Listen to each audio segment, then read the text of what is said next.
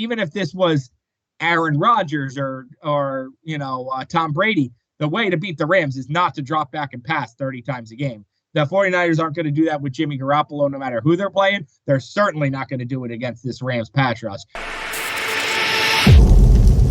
It's ego, and you cannot allow one player to screw your entire season unless it's your quarterback. And McVay is very fortunate, and obviously Akers is, that they're still alive. Do it all. Go for it all. I'm not saying it's morally right, but I'm just saying Stephen Ross is at the age, and he's willing to spend as much money as necessary to buy a championship, and it could end up being just that. Sean Payton, Deshaun Watson, here we go.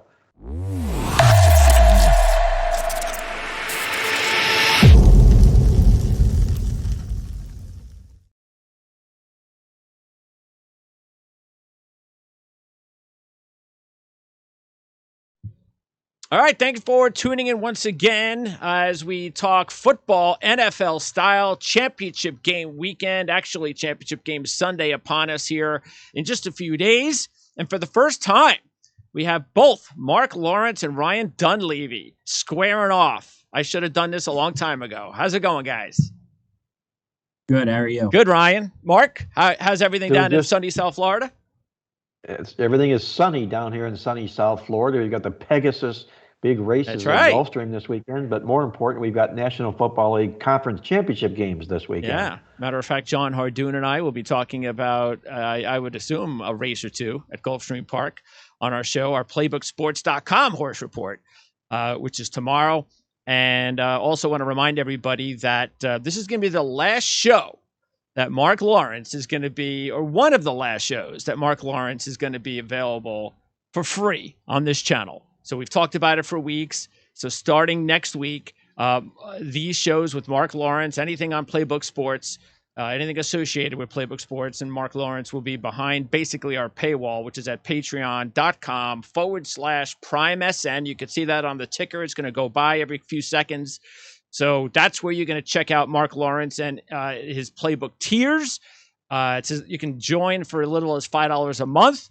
And the packages range from $5 to $50. And the larger packages, you're going to wind up with some really awesome discounts on some of Marc's packages that he has on his site already right now. College basketball, of course, and football for the 2022-2023 season. So check it out, and hopefully you'll join us on our Patreon channel with Marc. And, of course, Ryan Dunleavy. Not sure how many shows Ryan is going to be behind basically our paywall, but Ryan will also be, since he does a lot of our football shows with our lads, a lot of our lads content is going to be still for free on our YouTube channel. So you'll probably see a lot of Ryan for free, but we have a lot of other stuff we're working on Ryan, too, that might be behind the paywall, too, and we'll keep you updated on that as we move along. But let's talk about championship weekend, guys. I mean, have you ended, Ryan? Had you seen anything like it before? No, I mean, no one has, right? It was the first time all four games have ended on the last play of the game. The first time all four games have ended regulation on a field goal kick, 3 to win, 1 to tie. No, I'd never seen anything like it before. And really what struck me was the quarterback play is just so high right now. Joe Burrow gets sacked 9 times and still leads his team to victory. That's because he didn't throw the ball away. He didn't fumble the ball on any of those sacks. So yeah, Stafford with that huge throw to Kupp. Obviously, the Allen Mahomes showdown speaks for itself. To me, if you watch those games and you have Ryan Tannehill or Derek Carr in the AFC, you just can't keep going forward with that. You're not going to win with that. In the NFC, if you can get Russell Wilson or Aaron Rodgers via trade, or if Deshaun Watson's legal stuff ever clears up and you can get him, that you have to, because you could go from the bottom. You could go from being Detroit, the Giants, Washington, to the top of the NFC like this. If Aaron Rodgers goes to Denver and Tom Brady retires, the NFC is anybody's game. The AFC is you either have your guy or you either have Herbert, Burrow, Allen, Mahomes, or you don't.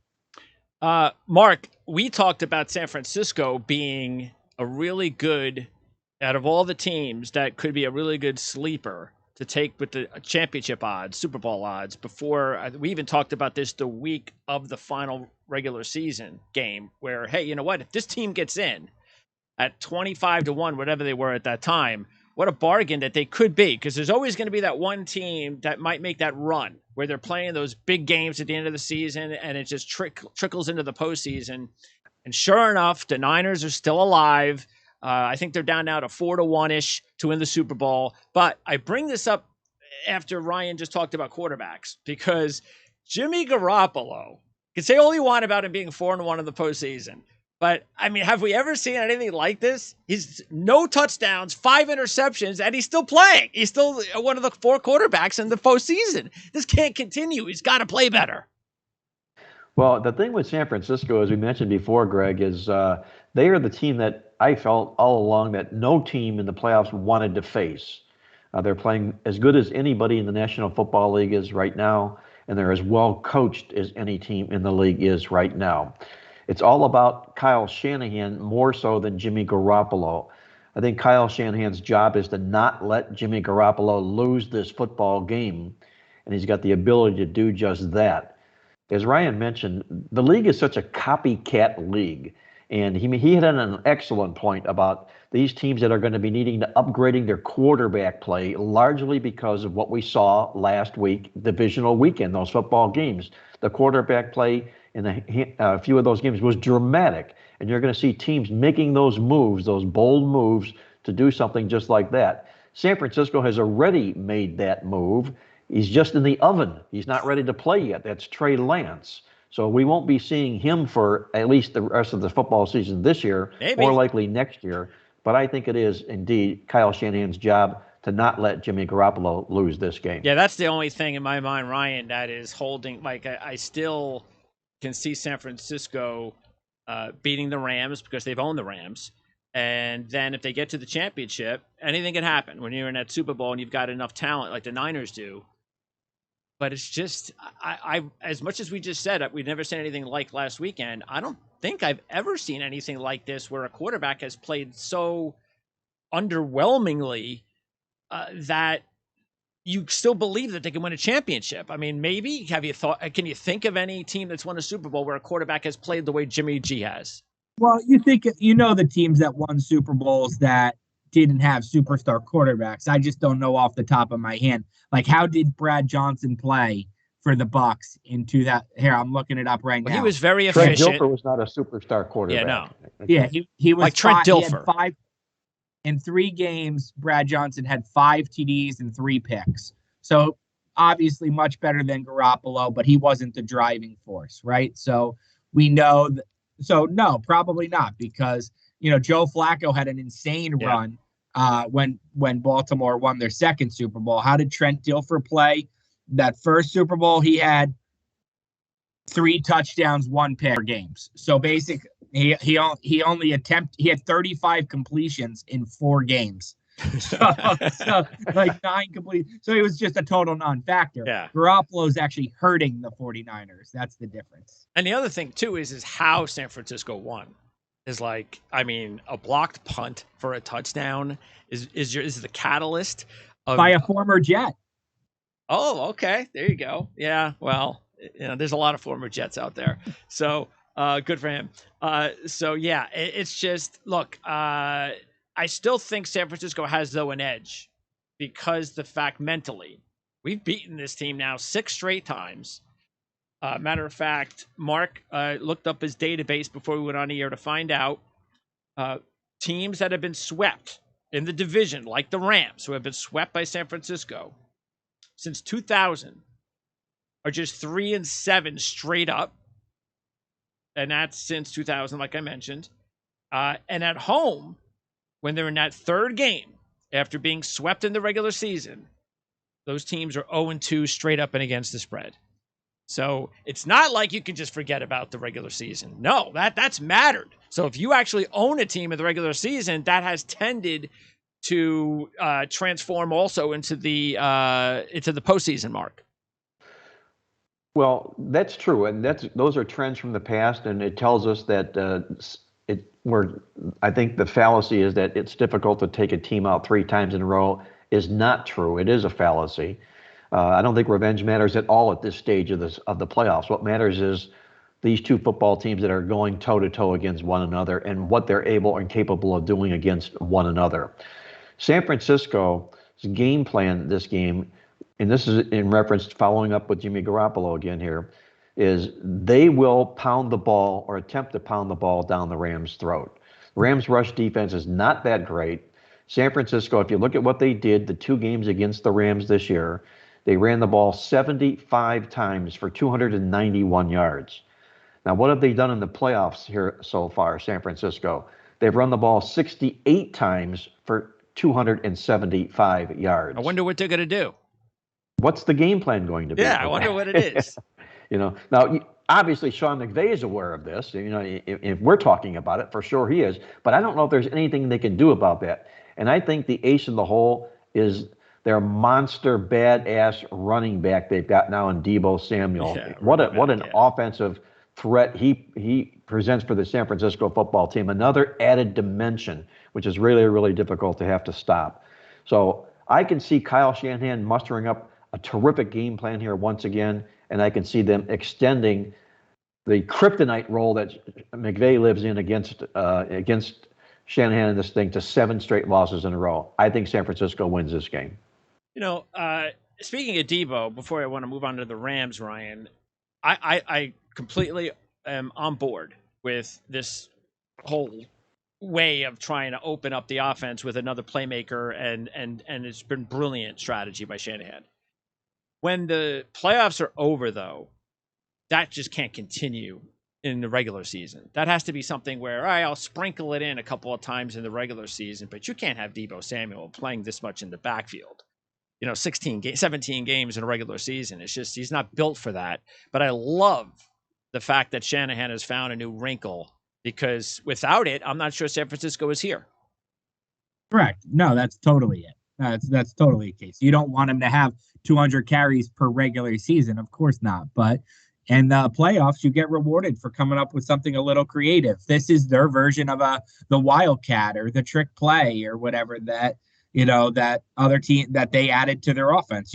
This is why you have those type of players. We've seen players like this come through in the playoffs before and add a little something extra to their team that gets them over the hump that they weren't doing, like Scott just used last year, Scotty Miller's speed against the Packers. It was like, whoa, Scotty, where did Scotty Miller come who's from? that? So this is just a new wrinkle the 49ers have. He won't be their number 1 running back when you're drafting your fantasy team next year. You won't be able to slot him in as running back 1. But no, you should expect 4 or 5 carries a game from him, just like you would expect in the old days, X number of carries from Tim Tebow, or X number of carries from, who was that? There's another wide receiver who had a bunch of carries all the time that is escaping my mind right now. My point being, 5 plays a game, you can expect Deebo Samuel to run when the regular season comes around. It won't be 10, 15 like it is right now.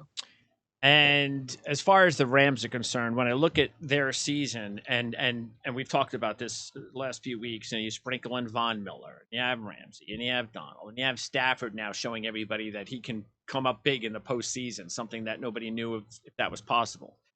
And then the big play that salvages their season, which was a great pass by Stafford, and you give him all the credit in the world. You do say to yourself, aren't they kind of built to win this Super Bowl? And didn't Stafford just make that defining type of play you need to make in the postseason to get you over the hump? And when Stafford now, because look, talent-wise, the Rams are just a little bit more talented than San Francisco, especially with Stafford at quarterback. It's just a fact. So now it's up to the Rams to not choke it off, because they're at home. Not that it's going to mean a whole lot, but they're at home. They're supposed to win.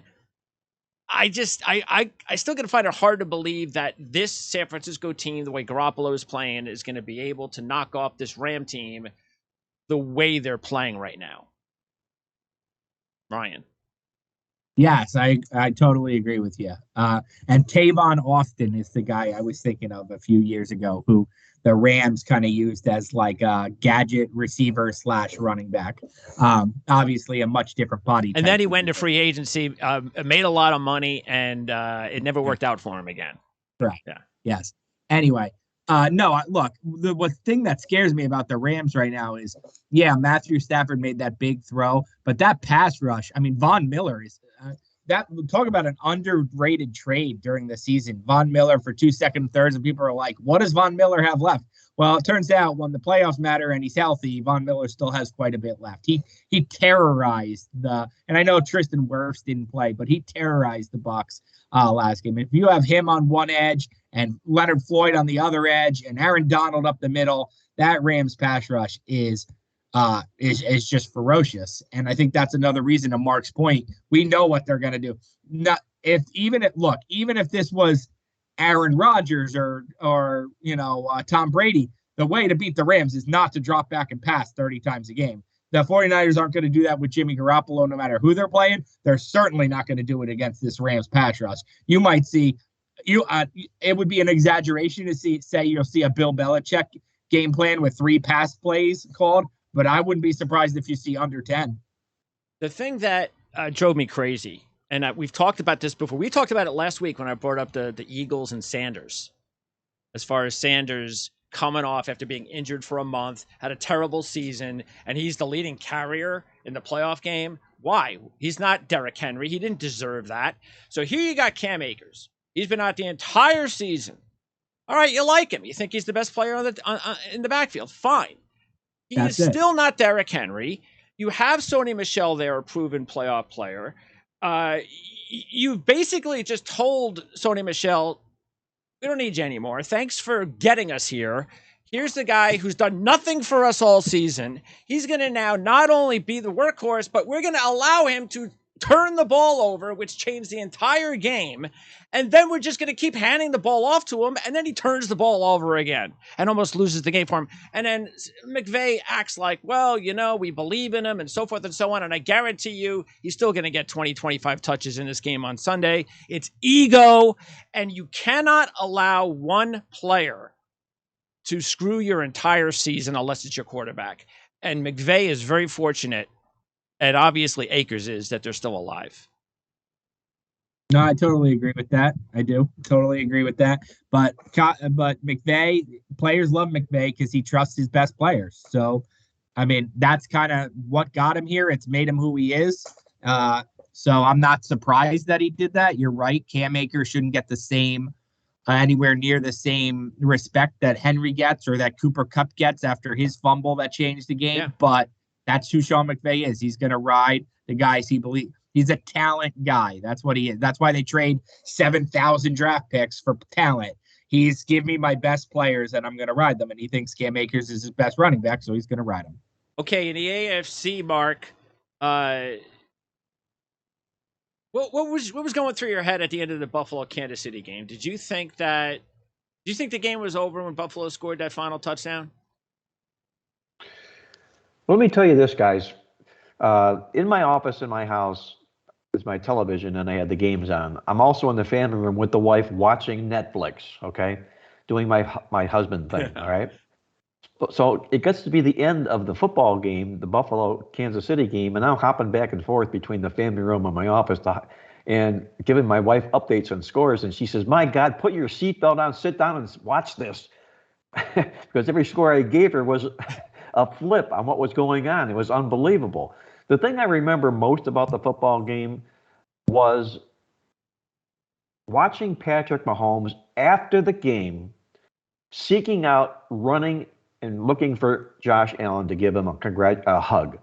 That, to me, that was it's the epitome of exactly who Patrick Mahomes is. He wasn't concerned about cameras and interviews and high fives and everything like that. He wanted to put his arms around the guy he just went to war against. He's been in that spot. Yes, he has. He's been there and he's done that before, okay? And the fact of the matter is this team is cooking again right now, much like they did the year they won the Super Bowl. My question here, and I'm going to ask this of Ryan here, is I think it's going to be very, very difficult for Kansas City to be up to the same mental state for this game that they were in going into the Buffalo game. You get psyched up, you get prepared, you climb the mountain, you perform exactly to the manner in which you were expected to do. Can your psyche be at the same level the very next week? That's the question I think Kansas City has to face in this contest. And I've asked players that many times, like, what happens after you play your Super Bowl and it's not the actual Super Bowl, which is what happened to Kansas City. That was their Super Bowl. They had to beat Buffalo, and now everybody just assumes the winner of that game is going to win the Super Bowl. It's like, oh, you actually have 2 more games left you have to play.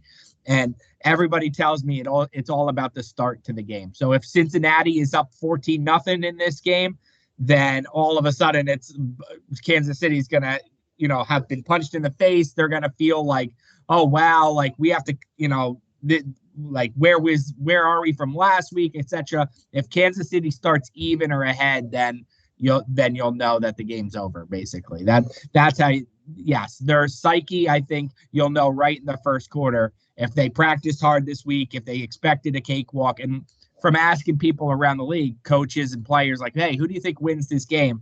Most people think Kansas City wins because it was the best thing that could have happened to them was losing to the Bengals weeks, whatever it was, 16, 17, because they know, yes, this game's at home. That game was in Cincinnati, but they know this team can be their equal. So they can't fall asleep here, where if, say, they were playing the Titans or say they were playing the AFC's version of the 49ers, they might fall asleep and say, we beat the Bills. We were at our best. We can't play that well, but we don't need to play that well against this team. They know they got to put forth, maybe not the A+ game they put forth against Buffalo, but at least an A- game to beat Cincinnati. Yeah, and I think it's going to come down to well, how does Cincinnati react here on this big stage? I mean, everybody's watching. It's the championship game. There's expectations, obviously, but in a way, most people, like you said, are picking the Chiefs, and that's normal. They're going to. I can understand that, and they understand that. So maybe will they be able to use that to their advantage, where nobody's going to pick us? Okay, we've gotten this far. We've accomplished a lot of our goals. And Joe Burrow's here for a reason, because he's the type of quarterback that you believe can be on this stage and it won't be too big for him. I want to see the Bengals play the game with nothing to lose. Yes. I know there's a lot to lose. I want to see them go for it on 4th down at their own 45. Which they will. I believe they will. Yeah. I want to see them stop. Don't settle for field goals. Go for it in your own territory. Run a double reverse end around, flea flicker, pass. I want to see it all. Empty the playbook. I want to see them play like an underdog. I don't want to see them play for 21-21 with 2 minutes left in the game. They're going to lose. Yeah. Play to be ahead. Well, Ryan, they're basically playing with house money right now as it is, okay? And I think that mental approach that Cincinnati has doing just that will keep Cincinnati flinching so long as they do just what you just mentioned here. They do the things that maybe they normally wouldn't do. Go for those 4th downs in their own territory early in the football game, situations and the like. Then all of a sudden you've got Kansas City second-guessing themselves and wondering what's going on here. The other side of the equation is this. If Kansas City does get off to this slow start, which mentally they probably should, now, do they play back to the Kansas City style of football that they played since they won the Super Bowl? And that's their propensity of playing close call football games. They've had so many games that have been decided by 1 score or less. If that's the case in a game like this, and you've got a team in Cincinnati playing with, as we say, this house money, that could make the Bengals a live underdog in this game.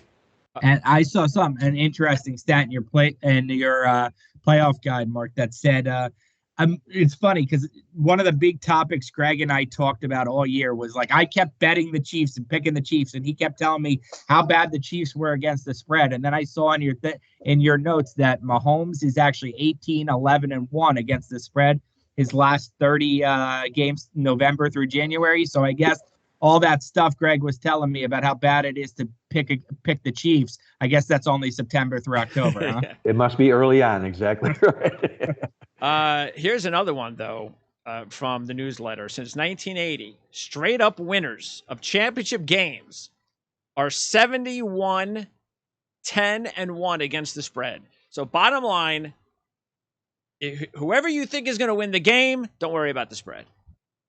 That's what that's telling us, right, Mark? Yeah, provided that's not the underdog that you think is going to win the game. Oh, you better pick the right team to win the game, though. Yeah.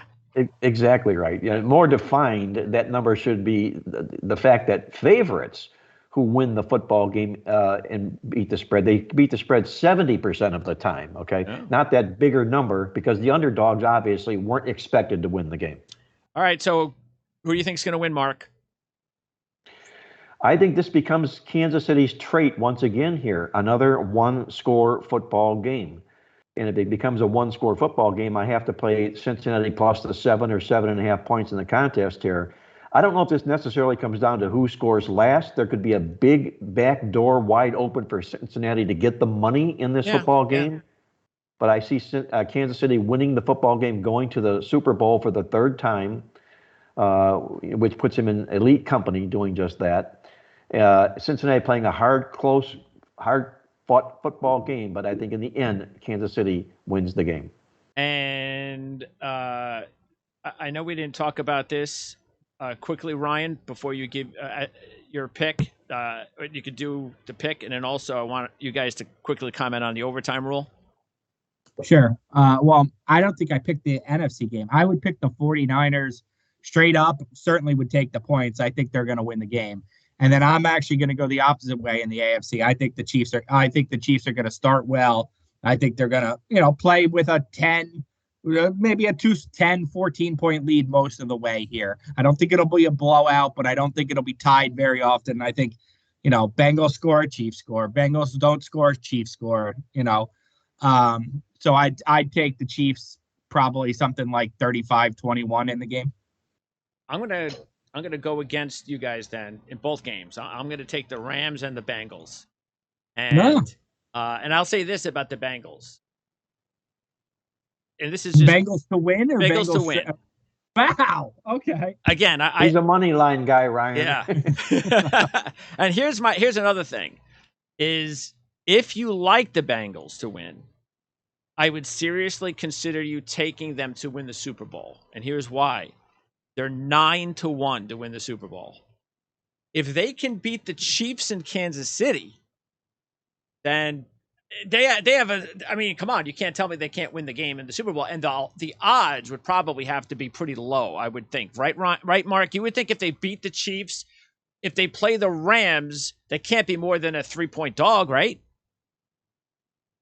If they play the Rams, it would probably be in the 4-5-ish range. Really? Okay. Okay. All right. Cincinnati does not carry a lot of weight. Okay. And San Francisco? If it's the Bengals and the Niners. The same similar lines. Really? Okay. Yes. Okay. I think that's interesting because I think Cincinnati's the third best team of the four remaining. I think San Francisco's not. I don't think San Francisco is. I just think San Francisco's getting the right matchup. So if it's a Bengals 49ers Super Bowl, I'm picking the Bengals in a second. The 49ers have the right matchup because they've won 6 straight against the Rams. But look, I know they just beat the Packers. If they were playing the Packers again this Sunday, I'd pick the Packers. Yeah. And also the thing with the Bengals is that you again, when you're taking a look at those odds, it's what is it money line, Mark? 280, something like that, just to win the game on Sunday? For Cincinnati to win the game. Yes, exactly. Okay. Anytime 7-point dogs are involved, they're between plus 250 and 300. Okay. Right. I mean, would you agree with that? Would you say if somebody was thinking of taking the Bengals to win the money line in the championship game that you might just edge them on to go with the 9-1 to win the Super Bowl? Well, obviously, you're going to put yourself in a desirous position if you're right on the first end of that thought. Okay. Even though you don't cash in. Yeah, because then you can hedge that play out the other side and guarantee yourself money. So if you do that, you win this game, you do guarantee yourself not only a profit from this game, but a profit from the Super Bowl as well. So that's a good thought if you really have a good, strong feeling that Cincinnati is capable of the upset in this game. And what I do think, one last thing before I get to the overtime, regarding Kansas City, maybe a letdown. Let's keep in mind that like when Minnesota won that miraculous game against the Saints, they did not win the next game. When the Saints won, when the Rams stole the game against the Saints, they did not win the next game. You can go back to the Immaculate Reception. When Pittsburgh won that miraculous game, they did not win the next week. But I think the thing that those other teams didn't have that the Chiefs have is they've won a Super Bowl. That's the reason. See, if the Chiefs hadn't won a Super Bowl, I'd be a little bit more like, oh, yeah, I love Cincinnati this week. But because I think Kansas City is just not going to be able to come down. But they're Super Bowl champs, and I think they know they've been here, they've done it, they've won these types of games before. I think mentally they'll be able to get over that a lot quicker than teams that haven't accomplished that before. They also have Patrick Mahomes, yes. not Kirk Cousins or Jared Goff. Yes. So, all right, quickly before I let you go, overtime. Mark, what do you think first about the overtime rule? Should it stay the same or change? I think if you polled football fans across the country, National Football League fans, you would find 95% of the people want a overtime rule change. Yeah. And I think getting what happened in the Kansas City Buffalo game is going to make that happen. I'm looking forward to seeing just that happen in the National Football League. If they don't change the overtime rule, they're falling on deaf ears, and they're going to really just tune their fans out. It has to happen. What would you like to see? What would I like to see? Yeah, I would like to see for openers, both teams have an equal chance, okay? Regardless of what the team who has the opening possession does, the other team, forget the touchdown and you win the football game, you walk off the field. Give the other team a chance to match that touchdown. Just one more chance. What? Hold on. So then what? Then does it become third possession is sudden death? Or if the team, so touchdown is the game over, or the team gets a fourth possession to try to match the second touchdown? As a fan, I would love to see it happen until the other team cannot match what the other opponent did. So college, basically. Yeah, but without the hokey college rules, 2 yard, the 2 yard play. But college, where it's an equal number of opportunities until it's not tied anymore after an equal number of opportunities. They play the game, Ryan, to award the winner the team that scores the most points. You have to allow teams to have the ability to score the most points. You can't just cut things off and say you might have had more points, but we're not going to let you have that chance to do that. That's my feeling. Ryan? Look, I don't think they're going to change it because they certainly didn't change it 2 years ago when Mahomes lost to Brady in the exact same circumstance in the AFC Championship game, let alone in the AFC divisional round. So I don't think they're going to change it. The NFL falling on deaf ears is like one of their specialties. So would I like to see it changed? Look, I'm not a big fan of different rules for the regular season and the playoffs. In this case, I probably wouldn't change it for the regular season. In the playoffs, I might change it. And that I'm not a fan of different rules, but I might change it for the playoffs, where I say in the playoffs, we go to the college rules, except not at the 25-yard line. I just mean equal number of possessions to play till the score's not tied after the same number of possessions. And I wouldn't even be against the old college rule of starting with the third possession, you have to go for two. Wouldn't even hate that. That's where the National Football League will start, Ryan, is just that. In overtime, they'll tweak the rule for overtime and let it stay the same in regular season and see how the cards play out. That's what I see. Yeah. I also wouldn't be against the full 15-minute quarter in the playoffs. Not even necessarily the same number of possessions. Put strategy on these head coaches who make zillions of dollars to manage the clock right. Full 15-minute period. And at the end of the 15-minute period, who's ever winning wins. And if you had the ball for 12 and a half minutes and the other team had the ball for 2.5 minutes, so be it. Would you allow the team that gets the ball second the opportunity to go for two? Yeah, of course. The only reason I say that is because then aren't you almost penalizing the team that won the toss and scored first? Because now you're saying, well, now you're going to have to, hey, if you don't go for two here and they do, you lose the game. And it's almost like, well, why? We had the ball first. Stop the 2-point conversion and you win the game. What's that? Stop the 2-point conversion. All right, so you're okay with that then. You're okay because, again, in my opinion, I would be upset if I was the team that won the toss then. I'd be like, wait a second. I mean, they should never even gotten the ball in the first place. That's the old rule. So win the toss and then choose to have the second possession. Okay. I like that. Okay. Sounds good. Because now you know that you're getting a second possession. Got it. That's good. All right. Just quickly, Sean Payton, Mark. He's a great coach to have when you're trying to make money as an underdog and after losses. So we'll miss him for at least a year. I'm sure Giant fans are probably going, oh, if it just would have been 2023. then maybe Sean Payton would be the coach of the Giants. But it looks like he's going to take a year off and in return. So we're going to miss him for a year. Maybe. Stephen Ross does some really weird things down here in Miami right now, and I'm sure his eyes lit up when Sean Payton decided he's going to call it quits at New Orleans. That's just my own personal feeling. And then bring Deshaun Watson down there? Why not? Okay. If you're going to do it, roll the dice. Okay? Do it all. Do it all. Go for it all. I'm not saying it's morally right, but I'm just saying Stephen Ross is at the age and he's willing to spend as much money as necessary to buy a championship, and it could end up being just that. Sean Payton, Deshaun Watson, here we go. And Chicago, Eberflus, Ryan, that's a good hire, right? I mean, defensive hire, do you think that was the right call? The only thing that interests me I don't know anything about Matt Eberflus. I mean, people say, good defensive coordinator.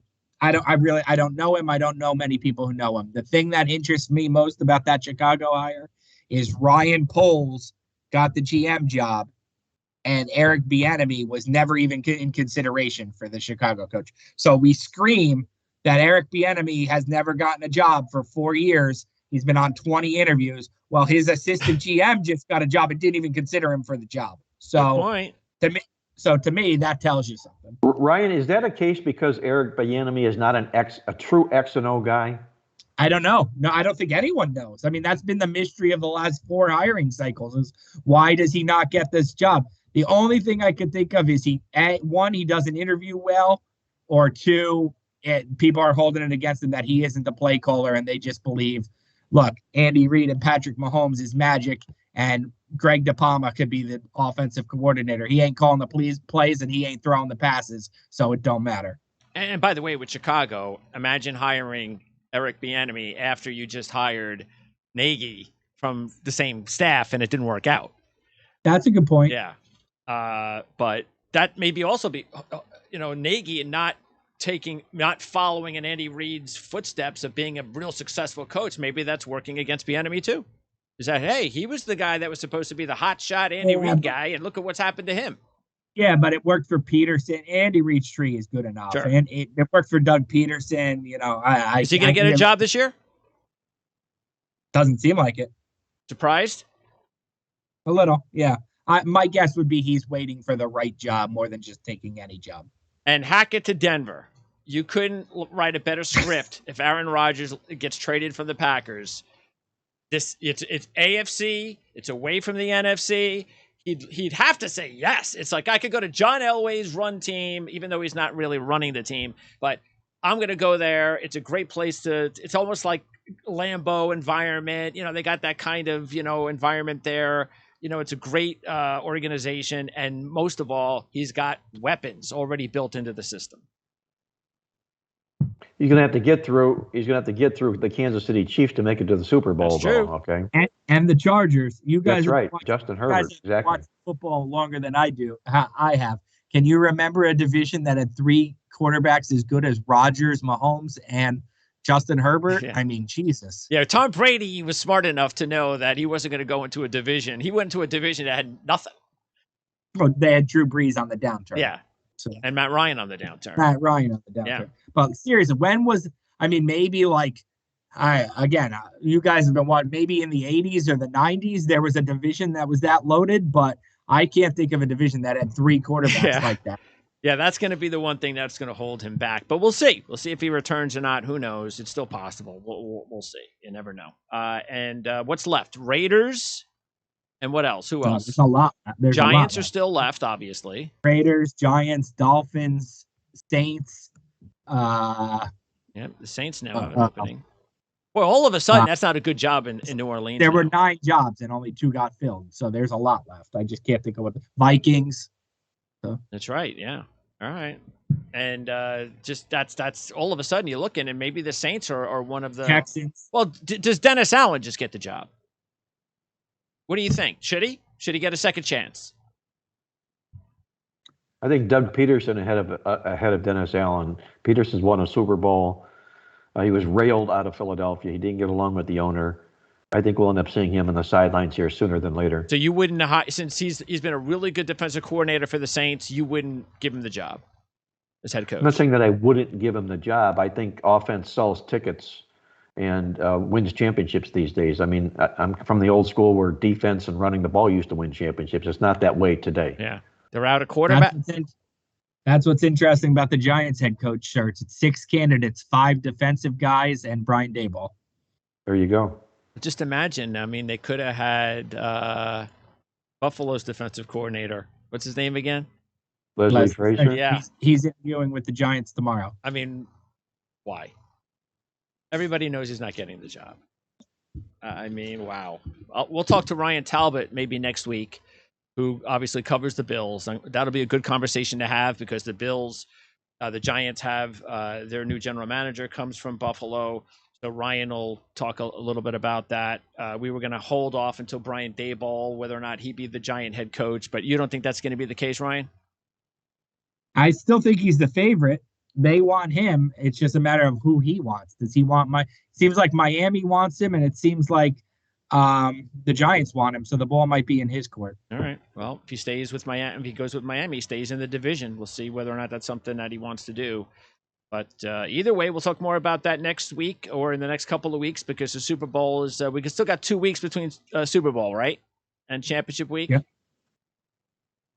All right. That's correct. Well, yes. we'll talk sometime in the next week or two. And again, when we talk to Marc Lawrence next time, it'll be on our Patreon page at patreon.com/PrimeSN. Marc, appreciate it as always. And what you got cooking for college basketball? College basketball, we're sort of cooking on the hardwood right now, which is a good time to do. It's a great time for, if you like college basketball, conference tournament play. Things are heating up right now. So all kinds of specials. Check them out online at playbooksports.com. And I want to say this before I get out of here, Greg. I'm really looking forward to working with you, Primetime Sports, and these new tiers. It's tiers of joy. Okay. I like it. So let the listeners know make sure you let them know all the advantages they're going to have by a little $5 bill to join a tier, and you're going to get a lot of great information from a lot of good people. That's right. And that's monthly too. Yes. Yeah. So appreciate that, Marc. And Ryan, you working on anything for the Post? Giants coaching search. Giants coaching search. Giants coaching search. I did a big Joe Shane profile, ran yesterday. Actually got plugged on Good Morning Football, which is good for me. But yeah, no, just Giants coaching search. Had to dive right in. Excellent. Guys, appreciate it. Glad we got you together. It's been long overdue, and maybe we'll get you together again when we talk about the Super Bowl. So enjoy the games on Sunday, and we'll see you next time. Hey, thank you, Greg. Ryan, good rapping with you. Enjoy the games this weekend, okay? Thanks. You guys too. All right, be good, guys. Bye-bye.